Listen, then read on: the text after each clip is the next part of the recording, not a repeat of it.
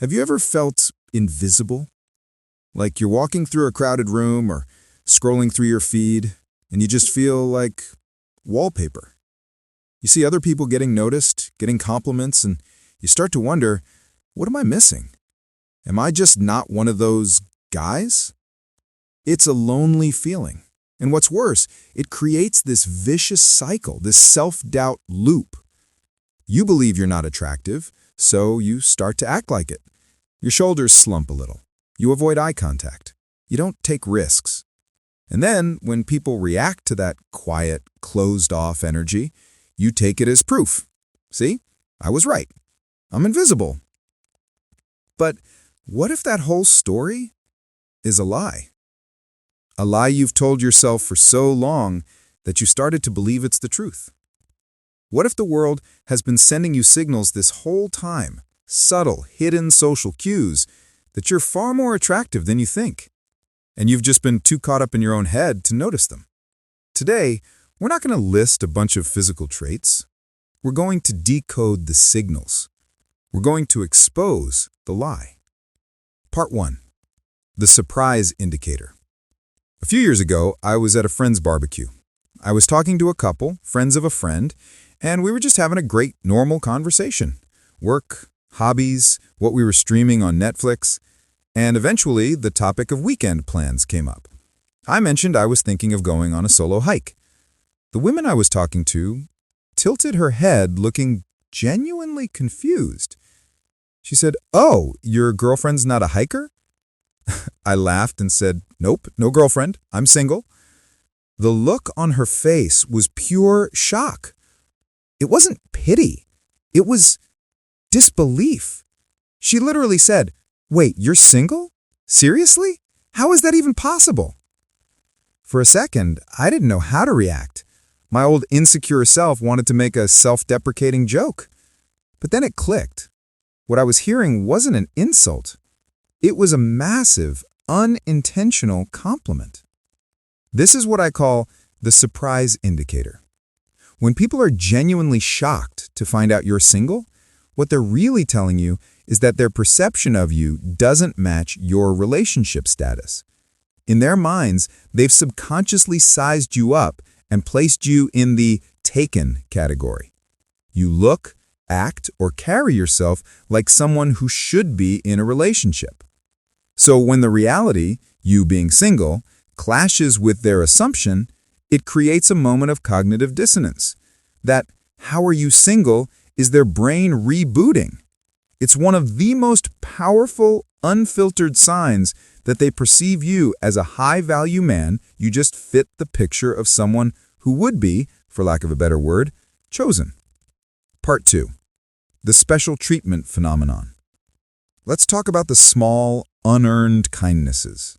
The moments that make you go, "Wait, why was that person so nice to me?" I used to be a regular at this coffee shop near my old apartment. I'd go in, order my usual, and be on my way. One morning, I was clearly having a rough day. I was tired, a little stressed, and the barista slides my latte across the counter and says, "This one's on the house." I was confused. I asked, "Oh, wow, thank you. What for?" She just shrugged and smiled. "Just 'cause. Have a better day." For the rest of the day, I was wondering what I did to deserve that. Did I accidentally tip her $20 yesterday? Did she remind her of her brother? The truth is, it was likely due to a psychological quirk known as the halo effect. The halo effect is a cognitive bias where our overall impression of someone influences how we feel and think about their specific traits. And study after study shows that physical attractiveness creates one of the most powerful halos. Our brains are wired to subconsciously associate good looks with other positive qualities: kindness, success, competence, and trustworthiness. So that barista wasn't consciously thinking, "He's a handsome guy, so I'll give him free coffee." Her brain just did the shortcut for her. Positive impression. He seems like a good person. Let me do a small nice thing for him. It's the stranger who holds the door open for you just a little bit longer. It's the person at the DMV who gives you a little more patience and a warmer smile. It's the small, unexplainable favors that smooth over the rough edges of your day. It's not because you did anything to earn it. It's the halo effect in action, a subtle perk of being perceived as attractive. Part 3. The compliment dismissal trap. A friend once told me, "Hey, that jacket looks really great on you." My immediate knee-jerk response? I looked down at it and said, "Oh, this old thing? I think I got it on sale for like $30 5 years ago." I completely nullified the compliment. I deflected it like it was a grenade. Instead of accepting the positive feedback, I essentially told my friend that their good opinion was misplaced on a cheap, old piece of clothing. It was awkward, and it completely shut down the positive moment. Why do we do this? This is the compliment dismissal trap. For a man who doesn't see his own attractiveness, a genuine compliment feels like a mistake. It doesn't align with the invisible man's story you've been telling yourself, so your brain flags it as an error. It feels like undeserved praise, and that makes you uncomfortable. So you deflect, you minimize, you make a joke. "Oh, you must need glasses. It's all the lighting in here." You do everything you can to prove that the compliment isn't true, because accepting it would mean challenging your core belief about yourself. Think about it. When was the last time someone complimented you? On your shirt, your new haircut, your smile, the way you handled a situation at work. What was your gut reaction? Was it to absorb it or to push it away? If your default setting is deflection, it's a giant flashing sign that there's a huge gap between how others see you and how you see yourself. Part 4. The shift in energy signal. This next one is the most subtle, but it's also the most primal. It's the shift in energy signal. Picture this. You walk into a room. It could be a coffee shop, an office break room, a quiet party.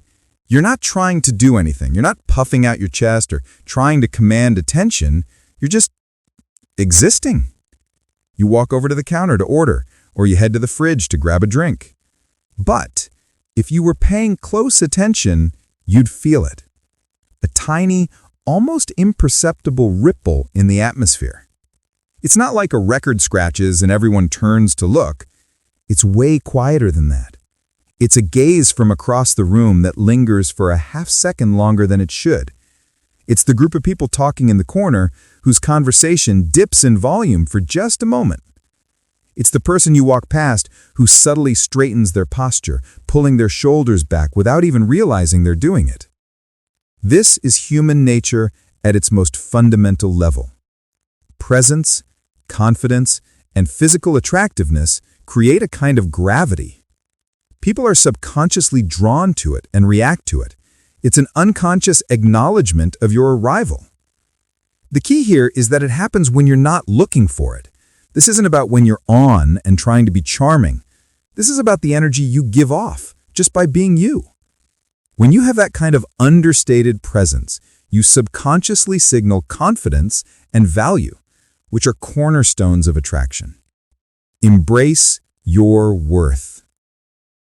So we've talked about the signs, the shock when people find out you're single, the unearned kindness from strangers, the compliments you reflexively push away, the subtle shift in a room's energy when you enter. But here's the most important part of this whole video, the final truth. None of these signs are what make you attractive. They are just the byproduct. They are the evidence of a truth that has existed all along. Seeking these signs as a form of validation is missing the point entirely. They are merely reflections in a mirror showing you what's already there. The real goal isn't to walk around all day hunting for clues. The real goal is to get to a place where you don't need the clues anymore. To stop looking for external validation because you've started to build your own internal foundation of self-worth. The work isn't about becoming attractive. It's about deconstructing the lie you've told yourself that you're not. It's about unlearning the insecurity, accepting the compliment, and standing tall in the quiet confidence of who you already are. Because here's the secret. You don't need to try to be attractive. You already are. The real work is in owning it. Thank you so much for watching. If any of these stories resonated with you, let me know in the comments below. It's powerful to know we're not alone in these feelings. And if you're new here, consider subscribing for more conversations just like this. Until next time, be good to yourself and own your worth.